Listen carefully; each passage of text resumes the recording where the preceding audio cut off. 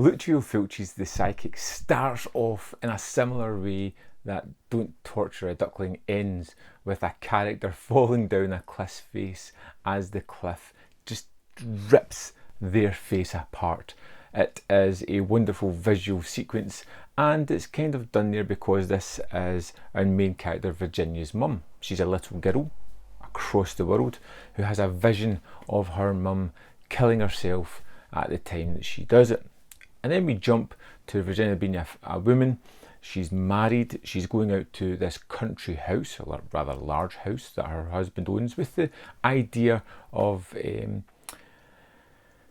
just doing it up, fixing it up, having a little project of hers to do. And when she gets there, she looks around the house, she goes into this room and has this vision.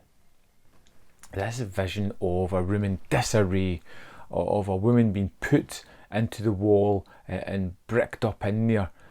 And it's such a strong vision and compulsion that she feels the need to get something and start chipping away into the wall, ultimately discovering bones. And this is where the kind of problem comes for Virginia. You know, she's often proclaimed to be a psychic, but nobody's really bought into it. But a lot of the facts that she's giving people just don't add up. She says that it's an older woman that was murdered. It could have been an older woman that's in the wall. But the police say it's a woman at 25 years old. And it turns out to be a murder that was done several years ago. And they're trying to figure out who this person is, why it happened. And because it's her husband's house, it's her husband that ends up in jail. So we've got Virginia on the case trying to figure out what the hell's happened. What the hell is going on? And it's wonderfully set up. It's a really great giallo movie that has wonderful mystery elements built all the way through this. And I will not be spoiling anything for you at all in this movie, but I think there is a great reveal midway later on where it suddenly recontextualizes everything that you've seen before. Everything that you've known has suddenly changed. And what I really like about this one is the way that it sets things up, showing you images but not giving you the full story.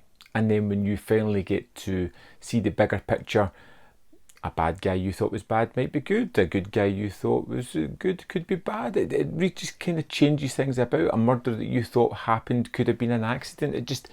It's constantly changing things like that by giving you one perspective and then changing it later on. And it's wonderfully put together. It's a really well edited movie.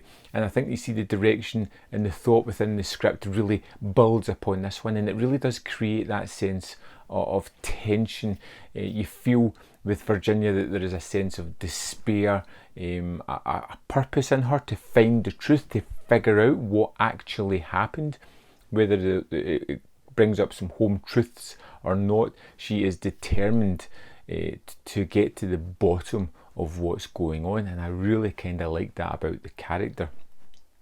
I like the visions because they were flashing images. It wasn't her describing them. You would just kind of see what she's seeing, and they don't make sense, but they give you an idea of a story that's happened. And then, like I said, recontextualise everything later on. And it's not one of the most gory movies that Fulci has done. Other than that opening sequence, it's rather timid and tame.